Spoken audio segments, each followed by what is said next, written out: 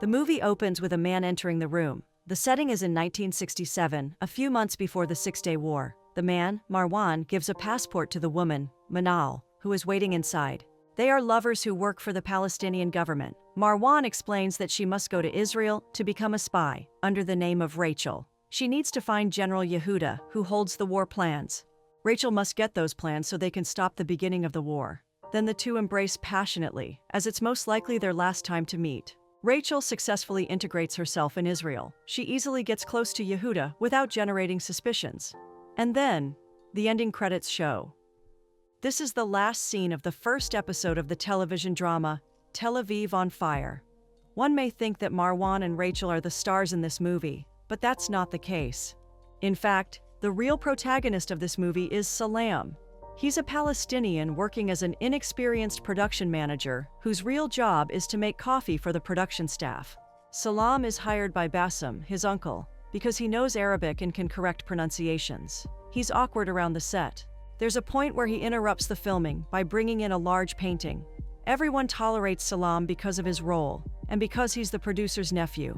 They're currently filming a scene where Yehuda and Rachel are supposed to discreetly flirt with each other. Salam can't help but interrupt when the actor for Yehuda calls Rachel explosive. Salam points out that it's more sensible to call the character attractive. Tala, the actress for Rachel, agrees with Salam, but the scriptwriter, Wafa, insists that the word explosive is the right term. Atef sides with Wafa. The other scriptwriter, Nabil, is quite indecisive, so he's useless in making decisions.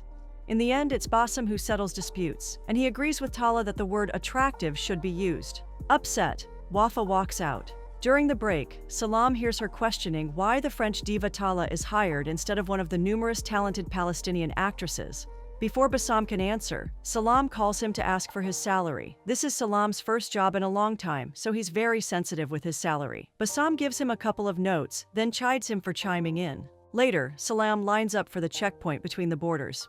This is an everyday routine for him, so he's neutral about it. He sees the soldier checking his ID, and he notices that she's very pretty. Salam is still hung up over the explosive versus attractive debate earlier, so he asks the soldier if it's offensive to call a woman explosive. Perhaps this isn't the best question to ask a female soldier, or that she's not in a good mood.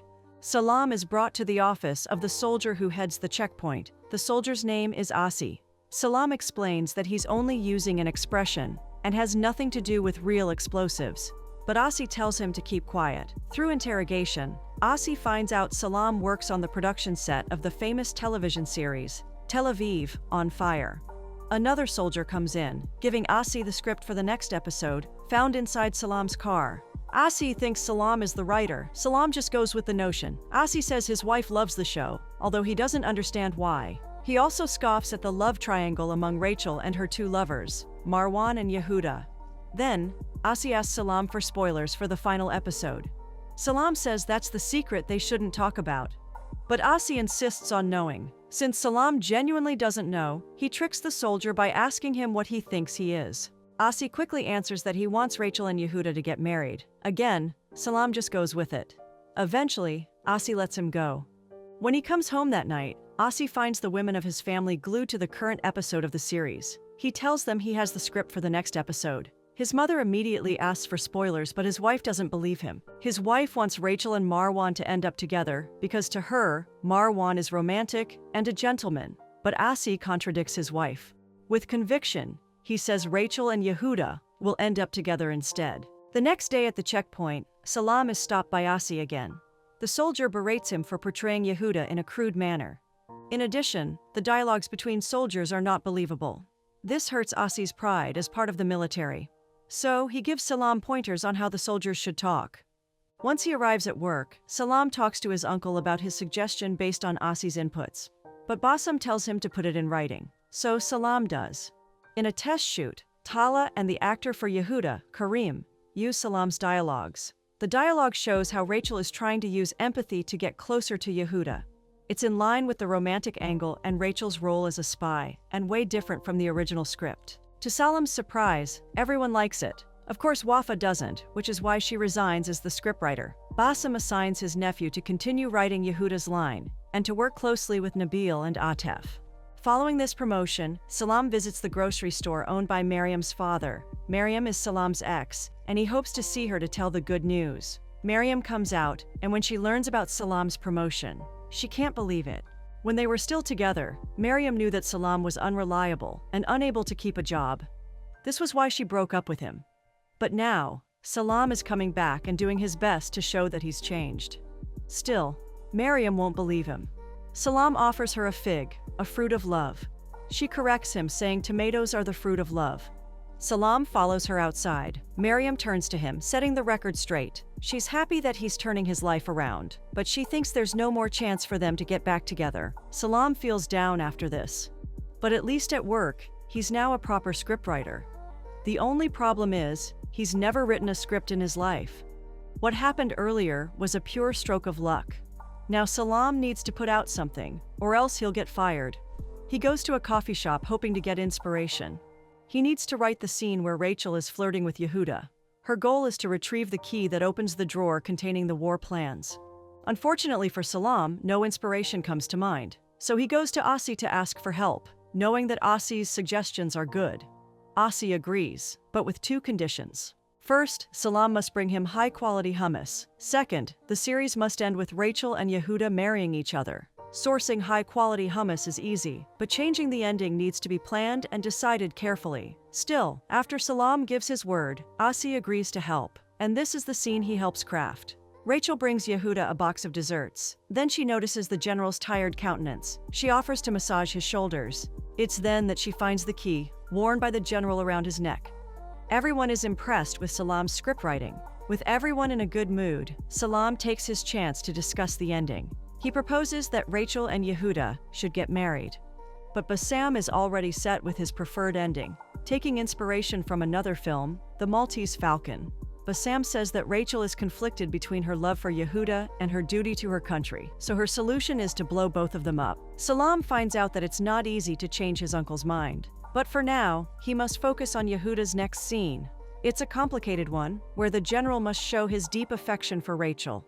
Asi suggests the general should kiss the spy. It should be a kiss that will change everything for her. Also, Asi asks Salam for a favor. Salam should include Asi's photo among the props displayed in the scene, so his wife will know he's secretly involved in the series' scriptwriting.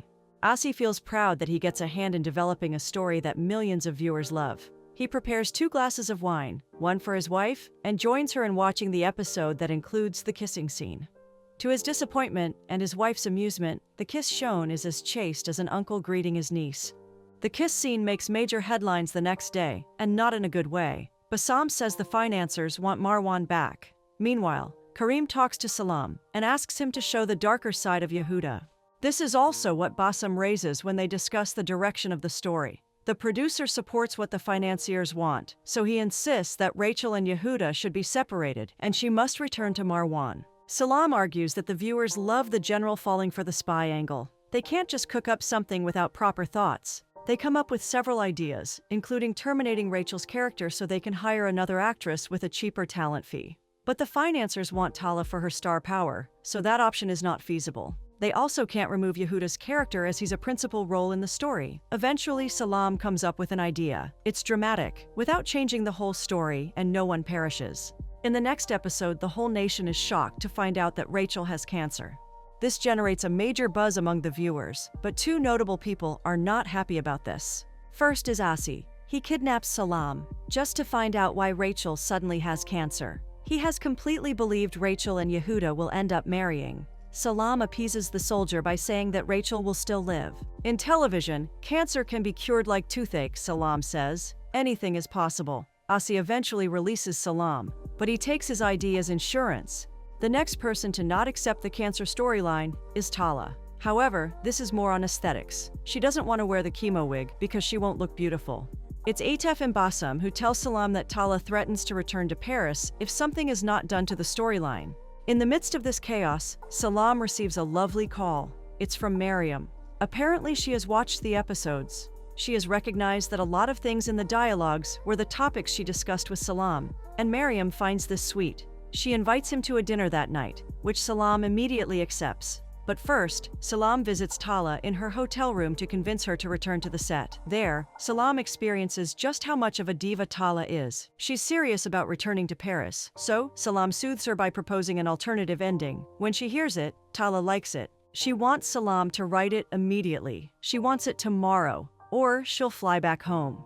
Salam pleads that he can't do it tonight because he has an important appointment, but Tala won't budge. Salam can't give up this job. Against his wishes, he calls Mariam to say he can't come to their dinner. True to his words, Salam produces a script that convinces Tala to return to set. The scene will go like this. It's the wedding day, and Rachel walks to the altar where Yehuda is waiting. But because she's so conflicted with her emotions, surrounded by men in uniforms, she'll feel suffocated. She'll faint on the ground, and the episode will end with the sound of her heartbeat. Tala likes this, because she'll still be beautiful wearing a pretty dress. Bassem likes it too, but he insists on what the financiers want, that Rachel should still blow up everything using a remote hidden in her bouquet. Salam talks to his uncle, convincing him that his idea will not appeal to the audience. Bassem says he's not creating the story out of thin air. This is based on his experiences during the 1967 war. Although fictional, he wants to share the complicated story for the future generations to appreciate, but Salam still wants to do what he feels is right for the story, without disrespecting his uncle's wishes. Also, he believes that blowing things up is not always the solution. Salam has realized that working on this series has made him find what he really loves doing: script writing. And he wants to continue doing it by making sure the series will have a second season. While thinking about it, Salam gets a surprise visit from Mariam. She's watched the episode where Rachel talks about the fruit of love, the same one from Salam and Mariam's discussion. Mariam decides to give him a second chance. Salam pulls her into an empty storage room, where they share a sweet kiss of reconciliation. Definitely not a chase kiss. Thanks to this, Salam gets an inspiration on how to solve his dilemma. He meets with Asi again to convince him to help in creating the plot. Salam points out what has been weighing on his mind ever since. The wedding that Asi wants doesn't make sense, both in the storyline and way back in 1967.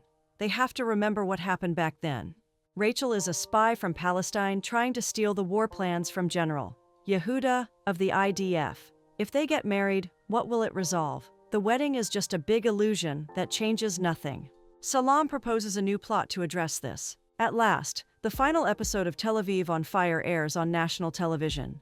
Rachel is seen conflicted with her emotions, despite standing beside Yehuda in front of the altar.